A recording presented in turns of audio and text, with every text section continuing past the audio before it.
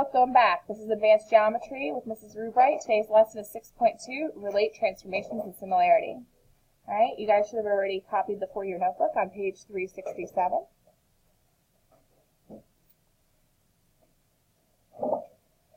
Triangle FEG is similar to triangle FDH. Describe the dilation that moves triangle FEG onto FDH. FGE to move this onto this.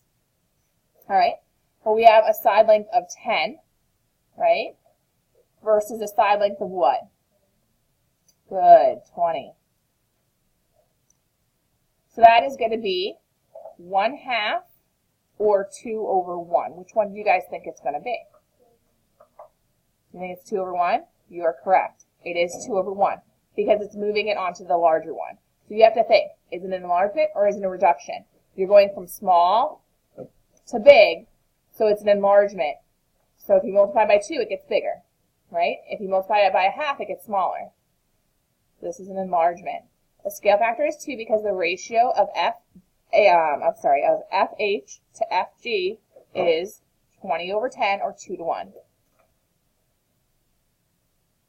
So some of you guys are like, okay, well, what is a dilation? So do you guys have you guys been to the eye doctor? Yes? Raise your hand if you've never been. Just curious. No? Really? Okay. Well, you haven't had your eyes feel like they're burning off, but that's cool. So basically what they do is they say, all right, we're going to put some drops in your eyes. We're going to dilate your eyes, right? They're going to dilate your pupils. So the pupil is that black spot in the middle, right? So they put these drops that sting and burn, they're so fun, into your eyes, and then they take their little light and they look into your eyes with like a magnifying glass and like a light and stuff. They look into your eye through your pupil to see if there's any kind of like abnormalities, any kind of growth, any kind of, anything wrong in there. And then afterwards, you can't really see that well because your pupils are huge and it's a little blurry, and so you kind of have to take it easy then for a little bit for the rest of the day until your eyes go back to normal. So, a dilation, think about your pupils, look at my hands, they're either getting bigger or smaller, okay? So when you're at the eye doctor, it's an enlargement. They're enlarging the pupils. When you're looking outside and it's bright and sunny out, your pupils get really tiny, right? That's a reduction. And then you're in like normal light, your pupils are kind of like in the middle, right? They enlarge from that reduction. You go in the sun, they reduce. You go to the eye doctor, they totally enlarge, like ridiculous. Like you don't even see your eye color anymore. It's basically all pupil. All right. So, and then a dilation, it's going to stay proportional, but it's going to get bigger or smaller. Okay. So it's not like a normal transformation where you have like a translation left, right, up and down, a rotation, a reflection. It's not going to be what's the word I'm looking for? Rigid motion. It's not a rigid motion because it does not keep the same size. All right, so triangle ABC is similar to triangle FGE. Describe a combination of transformations that moves triangle ABC onto triangle FGE. ABC onto FGE. So the first thing that happens is what? It went from big to small. So it dilated about point B. Because point B stayed the same. How much do you think it dilated? 2/3? About 2/3. It's a dilation of about 2/3, of approximately 2/3, about point B. Then it's what? Rotated about point E, right? And I'd say maybe, we're going from, so say this to all the way over here. What would you say that is? Rotated approximately 280-ish, 290, somewhere around there, degrees. About point E. All right, so wait, which way did I just go? I went clockwise. Am I supposed to go clockwise? No. It's always what? Counterclockwise unless they say otherwise. So in terms of counterclockwise,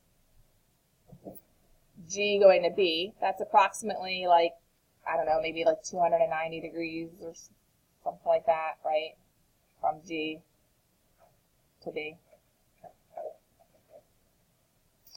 But they're moving from A to B, from this one to this one. So technically that would be counterclockwise, whatever that would be. So that would be like what? 70 degrees counterclockwise, right? Am I totally confusing you? If you're starting here and you're ending here and you're rotating about here, what do you think? Like 70-ish or so?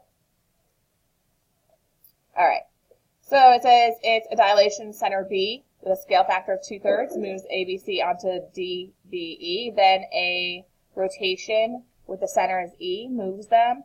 The angle of rotation is equal to the measured angle C. So whatever that angle is what that's going to be. So I'd say it's probably somewhere around like 70-ish or so if they had you guess. If they had to do like an educated estimate. All right, so the two figures are similar. Describe the transformations that move the blue figure onto the red. All right, so on this one, the blue to the red, I'm going from 6 to what? Not to 8. From 6 to what? 14. So 6 over 14 would reduce to 3 over 7. So is it 3 over 7 or 7 over 3? Is it a reduction or an enlargement? An enlargement. So 7 over 3. Make it bigger, right? What's the center? Center's B, right? The point that stays the same. All right, so we're moving from blue to red. So from 9 to 6. 9 over 6 is what? 3 goes in there 3 times, 3 goes in there twice, so 3 over 2.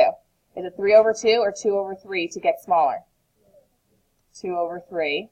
And your dilation with a scale factor, and then what? Reflected over a vertical line, right?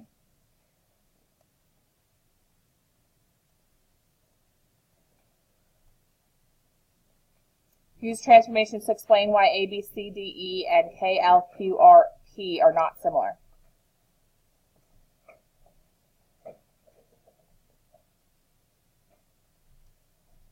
Okay, well 12 over 8 would be 3 over 2, right? This would be 3 over 2. This would be 3 over 2. 3 goes in there 3 times, 3 goes in there twice. This would be 3 over 2. This would be 3 over 2. Is this 3 over 2? 4 goes in there 3 times, 4 goes in there twice. So they all have that relationship with 3 over 2. So what's wrong? It's not the sides being, a lack of them being proportional. What's wrong? Look at the shape, guys. Do you see how these angles are totally different? Look how obtuse that one is compared to that one. Like, they're not the same angles. This one's not as steep as here. So if their angles are not preserved, then they're not similar. Make sense? A design for a party mask is made using all equilateral triangles and a scale factor of 1/2. Describe the transformations that move A onto B. From A to B. What do you guys think? Well, couldn't you do a dilation of what? Dilation of 1/2. About like this point right here. And then what? And then reflect it.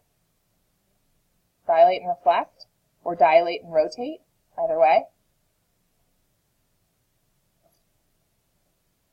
And then describe why triangles C and D are similar using the given information. So C and D, this one is half, right? They're equilateral. So we know that they're all 60, 60, 60, right? So we know that the angles are equal. And this is half, so it's definitely going to be, you have reflexive, you have angle, side angle, right? They're totally going to be similar. I mean, obviously they're always similar if they're equilaterals. All equilateral triangles are similar. All equilateral triangles will be proportional no matter what. And that one's with a scale factor of 1/2.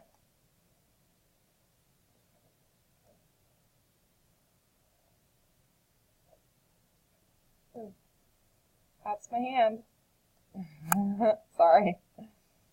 All right. Okay, so the figure shows a dilation with a scale factor 1/2 followed by a clockwise rotation of 60 degrees. How do we know that it's 60 degrees? Because it's equilateral and the angle is 60, right? Triangles C and D are similar because all pairs of corresponding sides are proportional with a ratio of 1/2. And all pairs of corresponding angles are equilateral triangles having the same measure. Refer to the 4 tile designs shown below. In each design, the red shape is a regular hexagon. Okay? So I guess the questions are going to be on the next page.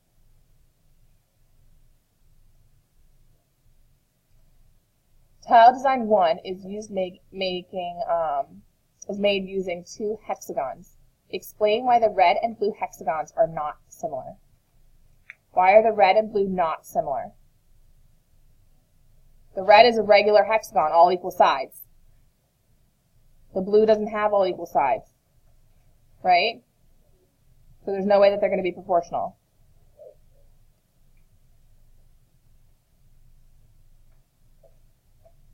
Tile design 2 is made using 2 similar geometric shapes. Describe the transformations that move the blue to the red. That moves the blue to the red. So we're going to do what?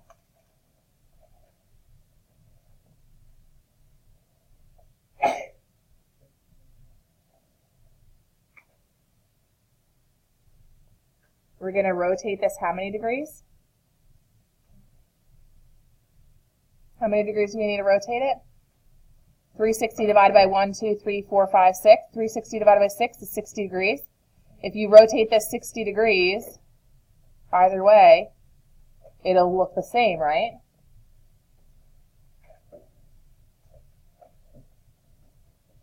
So it's a dilation followed by a rotation of 30 degrees about the center of the figures. 30 degrees.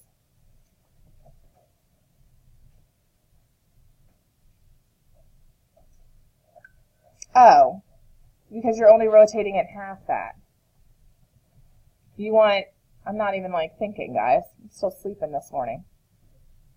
You only want it to be this many. So instead of the whole 60, because the 60 would put it here, it would look exactly the same, right?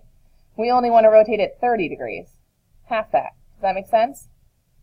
So the point is here, not over here, because then you have the same thing. Every 60 degrees it looks exactly the same.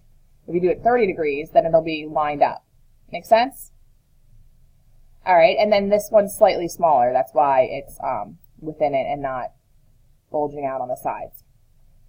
All right, so to enlarge it a little bit and rotate it that 30 degrees. Tile design 3 shows congruent angles and sides. Explain why the red and blue hexagons are similar using the given information. So how do we know that these are similar using the given information?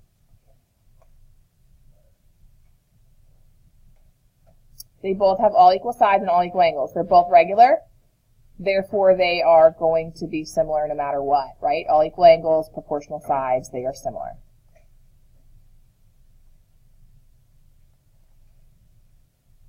If the lengths of the sides of one polygon are proportional to the lengths of the corresponding sides of another polygon, must the polygons be similar? No. Only if they have the same angles, right? They have to have the same angles. Because remember the other one that we looked at? They had all proportional sides, but their angles weren't the same.